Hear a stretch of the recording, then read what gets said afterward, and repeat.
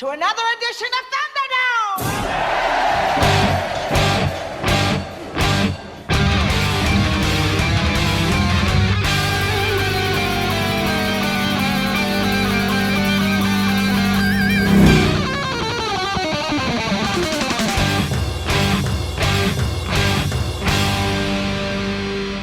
Welcome to the Mad Max Minute, and if nobody comes down here right now and buys a camel in the next hour, I'm going to club this baby seal. That's right, I'm going to club this seal to make a better deal. You'll know I'll do it too, because we're watching Mad Max Beyond Thunderdome 1 minute at a time. I'm Rick. And I'm Julia. And today, we're talking about Minute 10, which begins with an extended look at the sort of people who frequent Bartertown, and it ends with Max being dragged over to, what passes for an elevator in this place. Hey, it elevates. That it does. That it does. We will get our fair share of time to talk about the elevator on Wednesday's episode. Because, flash forward to minute 11, that elevator is like 90% of that minute. But we don't have to worry about that elevator just yet because we are just barely walking through the gates of Bartertown, getting the extension of the shot that we ended last Friday's episode with. One thing we get more of a look at is the guy on stilts changing the light bulbs. And I was thinking about this, and this job that this person has seems like he's going about it almost the most complicated way possible. Or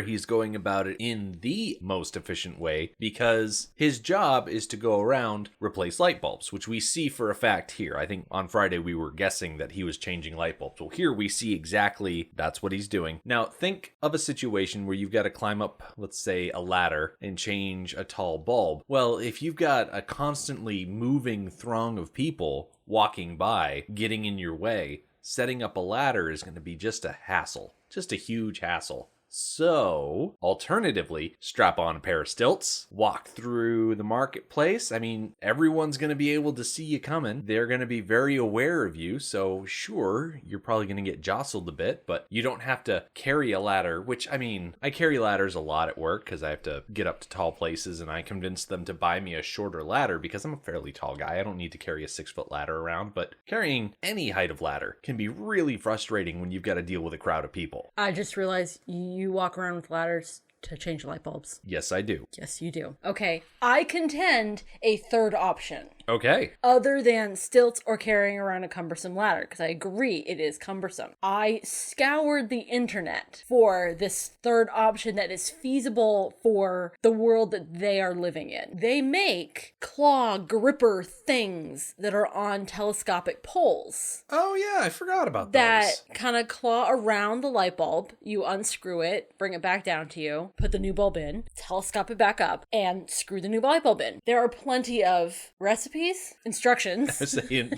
Building instructions, I think is the word, phrase you're looking for. For DIY at-home stuff that involves a stick of whatever kind, duct tape, and a plastic soda bottle. Okay. Now, to the efficacy, I cannot speak. But the people who were writing these instructions made it sound like, yeah, this works. And I found one that didn't really do a lot of explaining how it worked or how to make it, but it was just a simple picture. It was from MacGyverisms.com. Good start. Yes. And they were actually drawing attention to a magazine article from the 40s or 50s where Kid had sketched out this idea that he had to solve the same problem. His sketch was just a cup of some kind. It was a drawing, so it was hard to tell if it was like a plastic cup or a paper cup. Some kind of cup taped to the side of a pole, and then you just stick it up there, use it to unwind the light bulb. That sounds like something a kid would think up. Yes, They're always oversimplifying things. If it works, it's not oversimplified. My point being,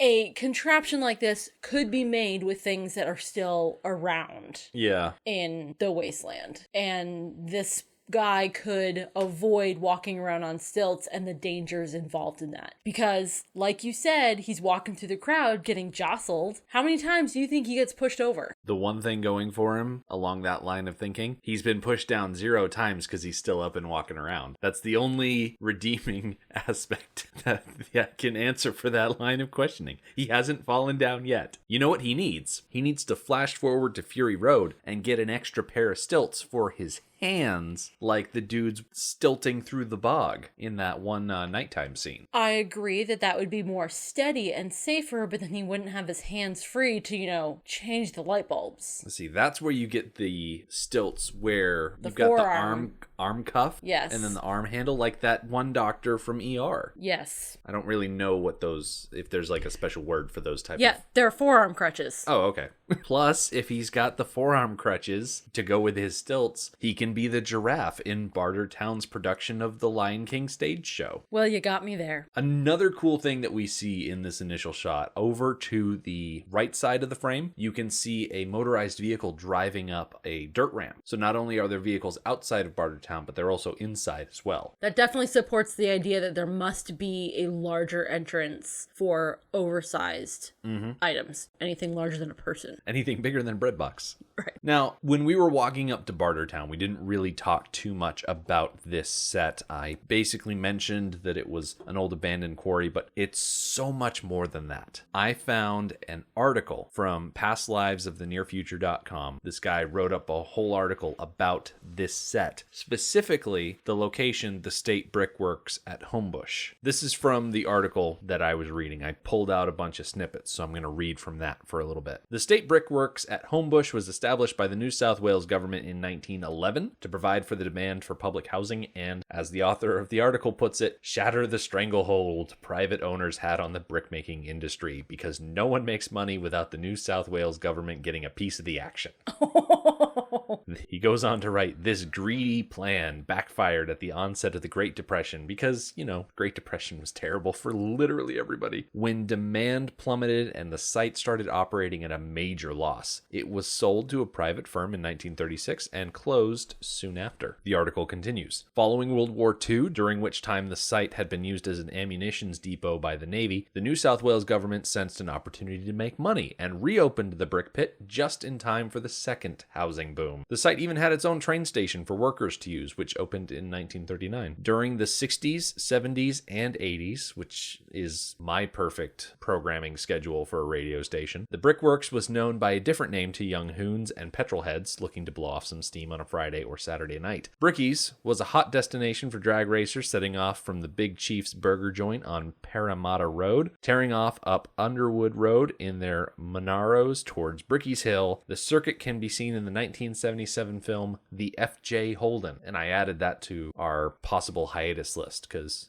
Excellent. It takes place in and around Bartertown. Yeah. So, when the boom died down, the housing boom that I mentioned, the money dried up and the brickworks was clumped in the same basket as the increasingly irrelevant state abattoirs and the volatile roads industrial area. It had to go. But before it did, the crew of Mad Max Beyond Thunderdome chose the site as a filming location. They made a quip in the article that I didn't copy over about Mad Max Beyond Thunderdome possibly being The Conqueror 2, and I was confused by this reference because I was not aware of a movie called The Conqueror 2. They were referring, of course, to the John Wayne movie The Conqueror, where he plays Genghis Khan, possibly one of the worst casting choices ever. But The Conqueror was filmed on land that had been, let's just say, tested for volatile weapons, and a lot of the people who worked on that movie ended up getting cancer and dying of said cancer because they spent so much time in that area. So the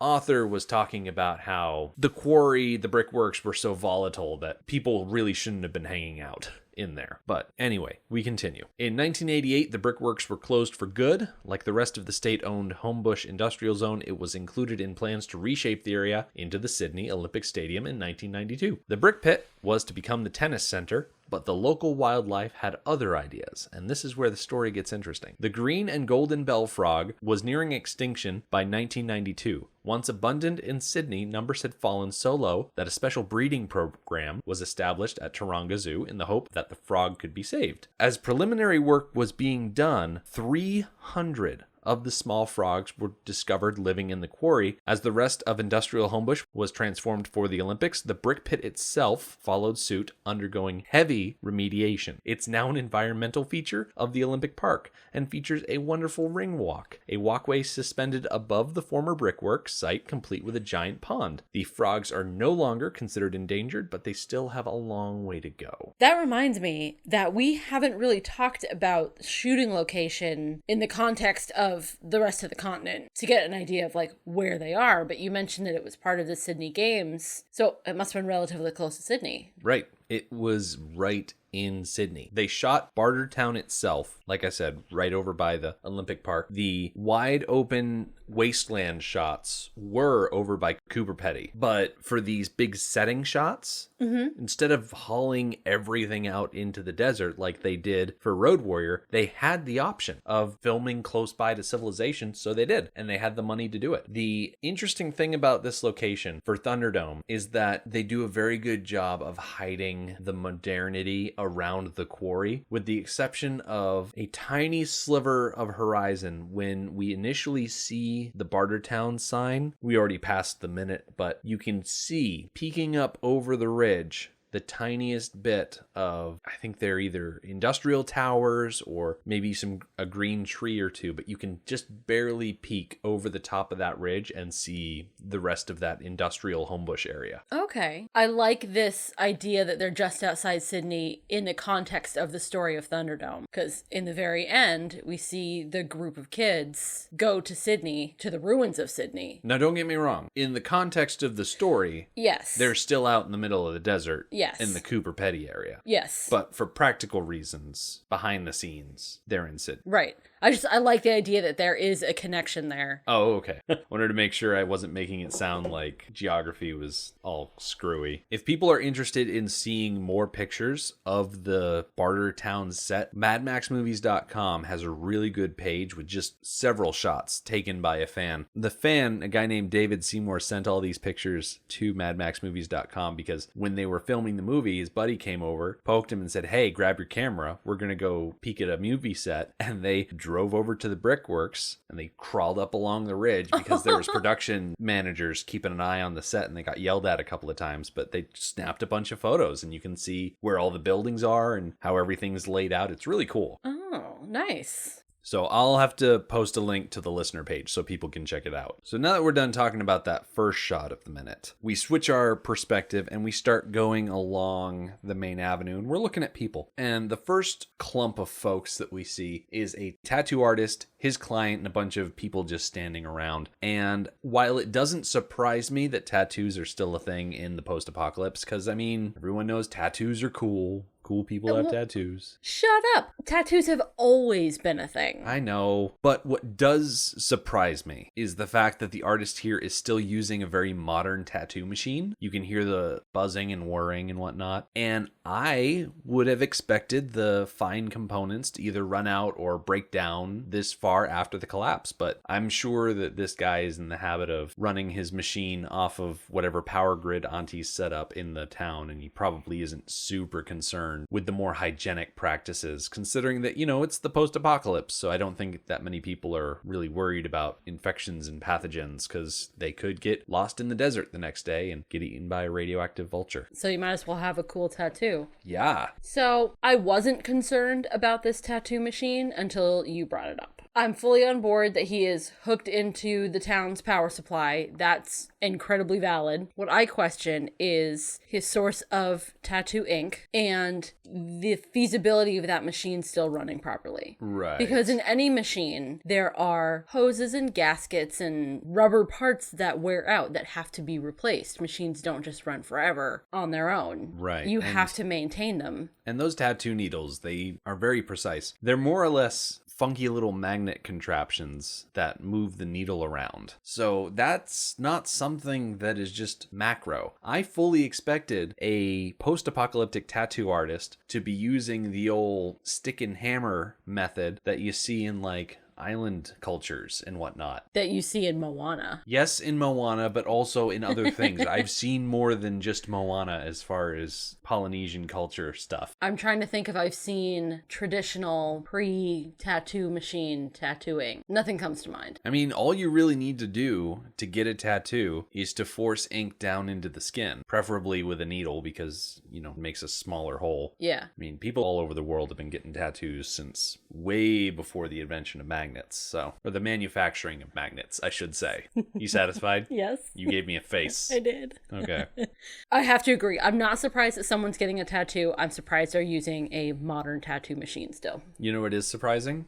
That you can make tattoo ink out of natural resources, and that I think it was Romans who had a ingredient for all natural tattoo ink. I didn't memorize the recipe. I just kind of noted it in my research. Well, I would think out of all the tattoos that have ever been applied in all of history, most of them have been applied without the use of a modern machine. Yeah. And without the use of modern chemicals and whatnot. So I would say lots and lots and lots of cultures and peoples have had recipes for all natural tattoo ink. Whatever the recipe, the lady who's getting a tattoo definitely has the beginnings of quite an impressive sleeve because she's got the entirety of her shoulder covered, and that tattoo artist is working his way down her arm. And she's got some really bright blue on there. I think there's also like some red, but very bright. We don't really linger on it too long because we're pushing through this crowd into the next little stall, which I guess is a barber shop because there's a guy sitting in a chair. I'm assuming he's a guard because he's got the car reflector shoulder pads. Yeah. But he's getting a mohawk done. I was wondering about this mohawk because it's pretty clear that he is getting shaved into the shape of a mohawk. But it doesn't look like he has much hair that's being left behind in the mohawk place.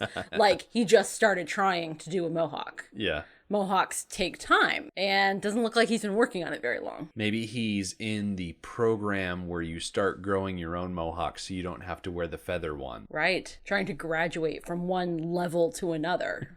The feathery mohawk, it makes my head sweaty. I'm going to grow my own. Yeah. Good luck with that. I feel like the guy getting his head shaved into a mohawk is kind of a callback to Wes. Yes, I agree. I did wonder, Wes was getting his head shaved without any sort of moisturizer or lubricant or hydration, no sort of cream or anything. And this guy's got shaving cream all over his head. If not shaving cream, at least some sort of soap. Yeah, that's probably more accurate. I doubt they actually had shaving cream, some sort of lather. So, I don't know. It seems a little less street cred than Wes. I think we're not so much worried about street cred. I think we're just supposed to be impressed with the fact that they have it. Yeah. Besides, razor burn is not fun. Shaving without any sort of like cream or lubricant or anything like that, that's not a thing to brag about. Oh, That's I know. That's just being, dumb or lazy. Take your pick. Usually lazy for me. So we walk right by the dude getting his head shaved, and we get another real good look at Ironbar, and I'm watching his Buki mask attachments hair. That's a lot of qualifiers there, but I'm watching this hair swish back and forth over his shoulders and behind his head, and I'm wondering if one of the reasons he wears that all the time, or one of the other reasons I should say, is because the hair serves the same purpose as those corks hanging on strings that we see from wide brim hats. Oh. If it's another way to keep the bugs away. Okay, that's an interesting idea. Does it really swish around enough? I mean, Do you think? Doesn't swish around in front of his face, which is where I'm starting to be a little wary of this theory. But as I watched it happen, I thought,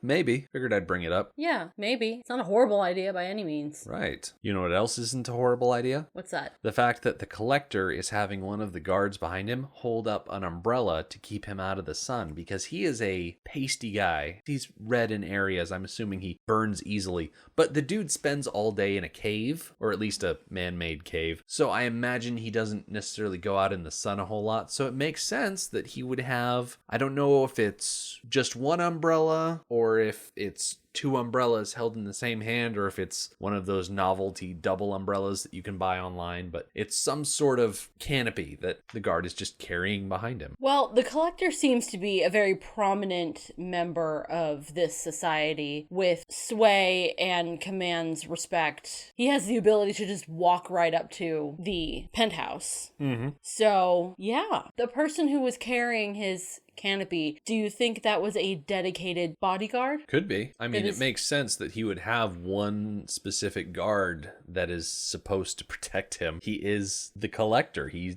the gatekeeper for town. So sure, it's nice to have the guards around, so if someone starts threatening the Collector, that they can step forward and do a fancy spinning knife display. But at the same time, having someone that's literally right there be a whole lot more effective. Yes, because under normal circumstances, Ironbar and his particular group are not in that cave. They're, I don't know, they seem to be just wandering about looking for suspicious persons, which is Max. Then that's what drew them into the cave. So I think normal circumstances is the Collector and however many personal bodyguards he has. One or two, maybe. Yeah. Now, as we watch this group continue along, we sweep past everyone and they keep walking. Before we pan over to find Jedediah hiding behind a stall of some kind, we see a couple of guys trying to ride a tandem bicycle. I say trying, and I'm assuming that because it's so crowded, they're really not succeeding. I just thought it was funny to see because they're trying to get going, but they end up waddling, and it's like,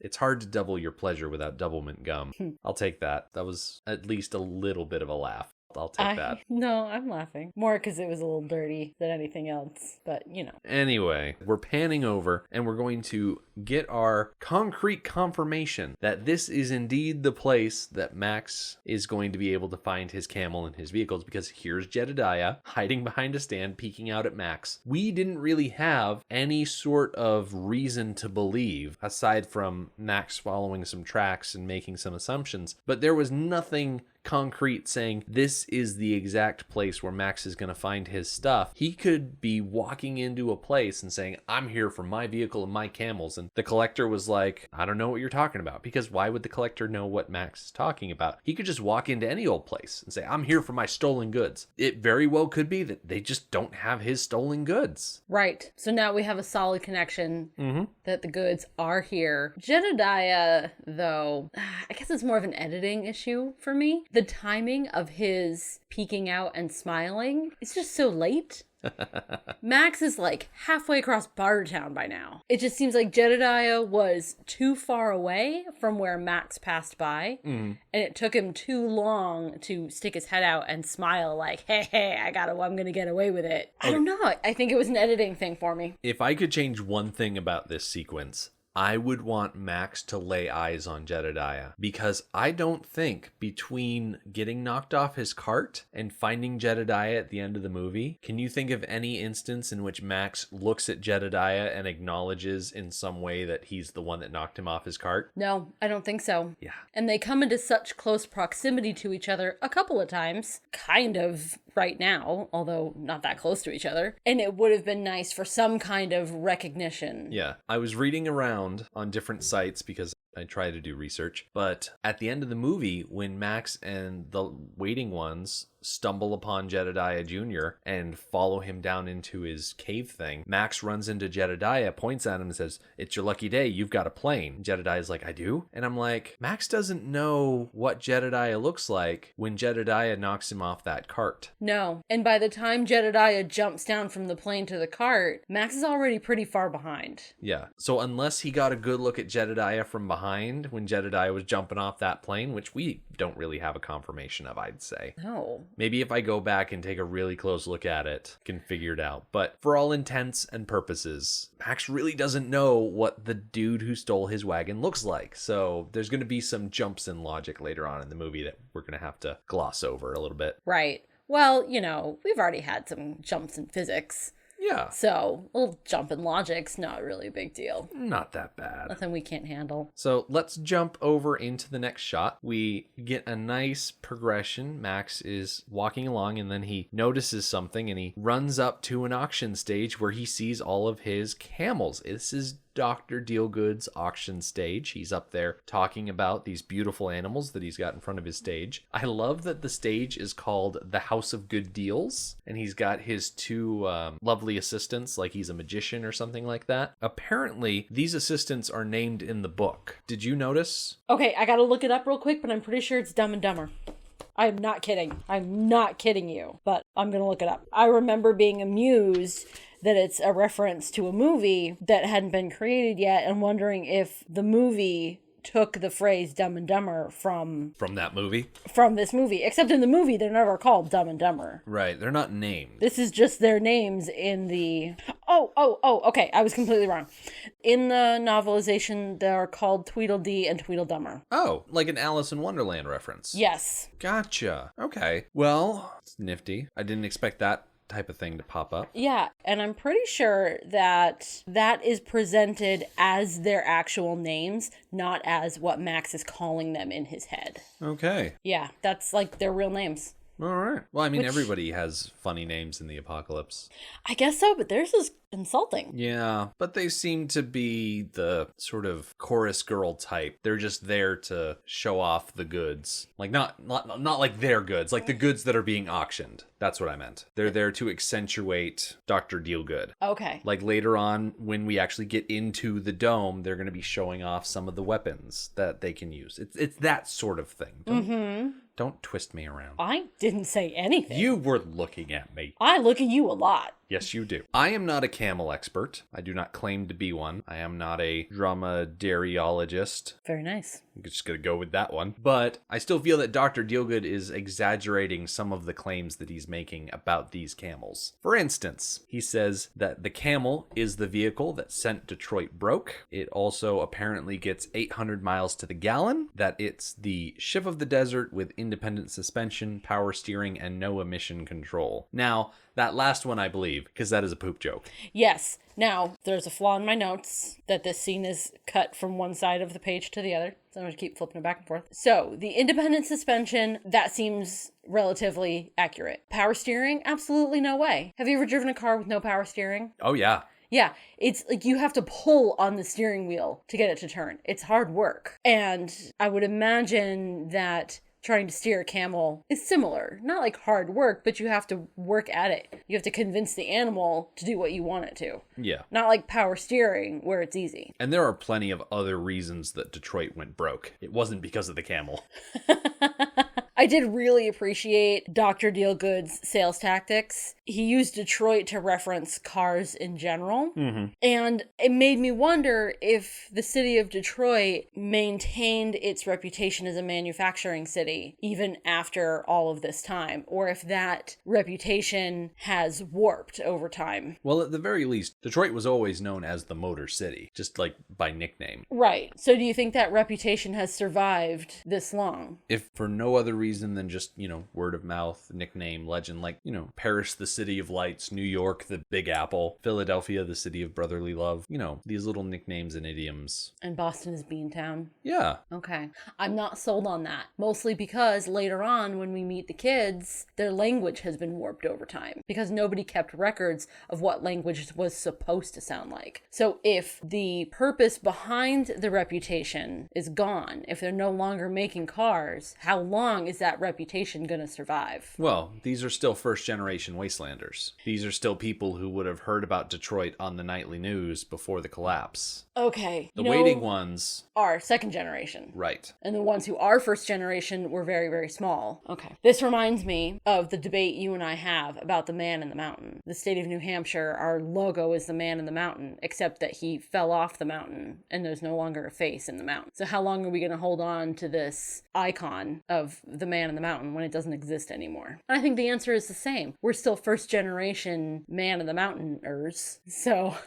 as long as we're around to remember, yep, it'll survive. They say that there are two deaths. The first, when your physical form perishes. The second is the last time someone utters your name. So the old man in the mountain has died one death, and he will die a second death when people stop talking about him. This is literally just a stone face that you can really only see from one angle, and it fell off the cliffside a couple of years ago. It's more than a couple, but that's beside the point. So are you saying that I should drop it or I'm going to keep it alive Is that all on my own? You may complain about people remembering it, and you complaining about people remembering it may be the thing that keeps people remembering it. Yeah, that and our license plates. Yep. Okay. So Dr. Dealgood is played by Edwin Hodgman. He was born on June 26, 1935 in Alberton, South Australia. Despite being in his 80s, he is still listed as a voice actor through SA Casting in Adelaide. So you can still hire him to do voiceover stuff for like commercials and things. Oh, you know what we should have done?